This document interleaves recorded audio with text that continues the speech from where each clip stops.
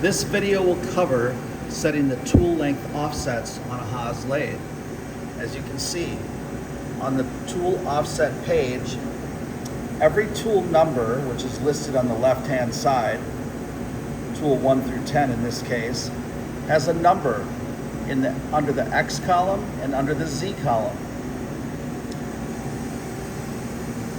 The Z number is the distance from the home position, which in this case is in the far right, to the location of our part 0, which in this case is going to be the end of the part.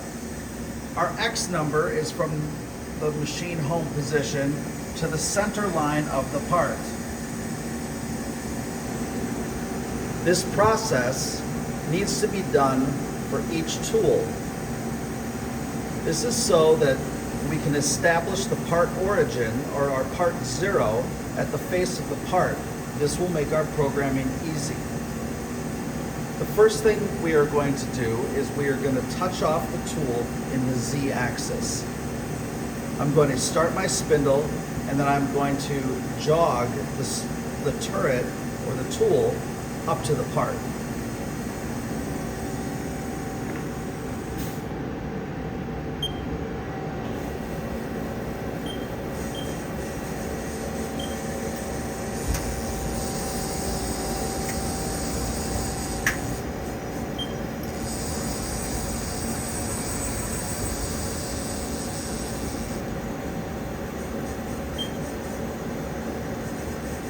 I'm going to lightly touch the face of the part with the tool, and then I'm going to take a skim cut to establish a nice, clean machine surface on the face of the part.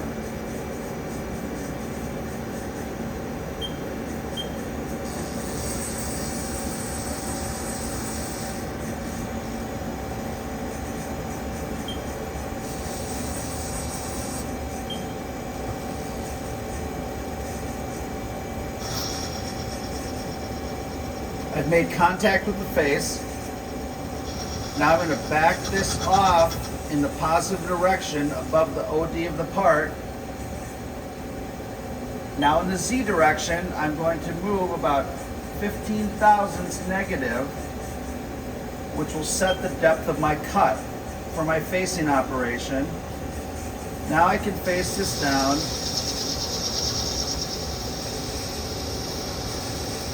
Taking a very light skim cut across the face of the part, this is going to establish my Z0 for this tool. I'm going to back the part off, or the tool off. I'm going to stop the spindle. I'm going to come to my offset page. This is tool 1, and I'm going to cursor over to the Z position.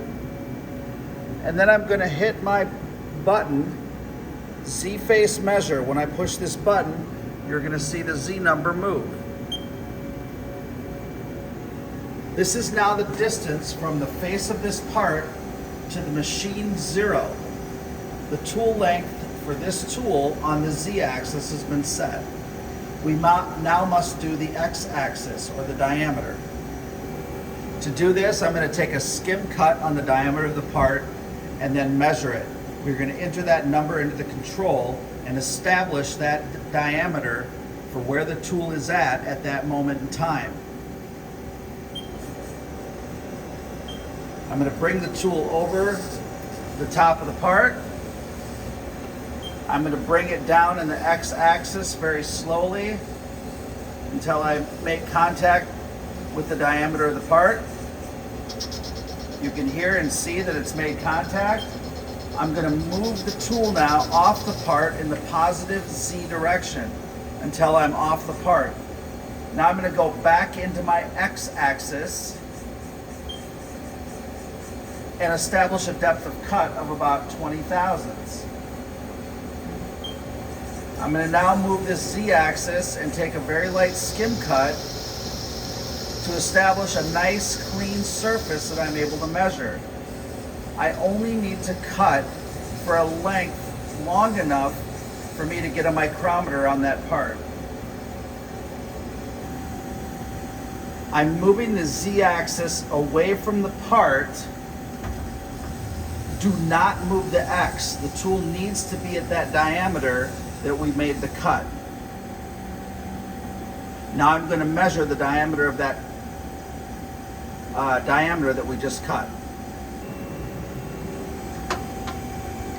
We're going to put the mic on this diameter. We're going to make an adjustment. We're going to take it off. We're going to look at this measurement. The camera doesn't want to focus, but we've got 1.479.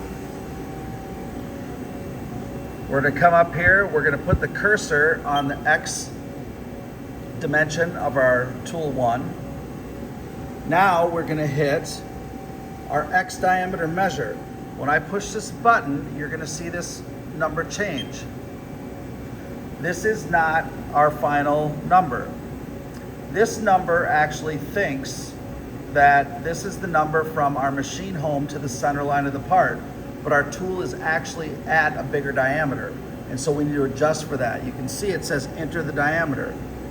So we're going to come down here and we're canceling to move the cursor back so we can enter in our own number. And we're going to enter in 1.479. We're going to hit enter, and now you'll see this number change again. This number, or this alarm, just establishes, do we really want to push this number? Yes, we do. So we're going to hit Y and accept the number, and you'll see now that number changed again in the X column. Now our number has been established. Now both the X and the Z have been touched off for that tool. We need to do this with every single tool, so every tool knows that the front of this part is our origin, and it establishes the correct distance from machine home to the center line of the part in the X direction, which means we can program any diameter we want for that tool, and it will go to that diameter. Last, and you don't need to do this, I just want to demonstrate what happens after we effectively touch off each tool. You can see that I've entered in on the screen a T101. This establishes tool 1 offset 1, G0, which is our rapid command, and then I'm telling the tool to go to X0 Z.1. That's a positive 0.1, so the tool should end up 100 thousandths on the positive side of the face. And we're just going to test this out, so I'm going to shut this door, and you're going to be able to watch that tool go.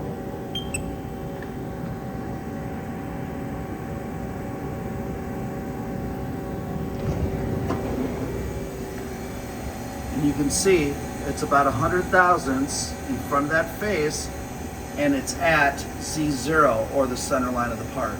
So we did everything correctly.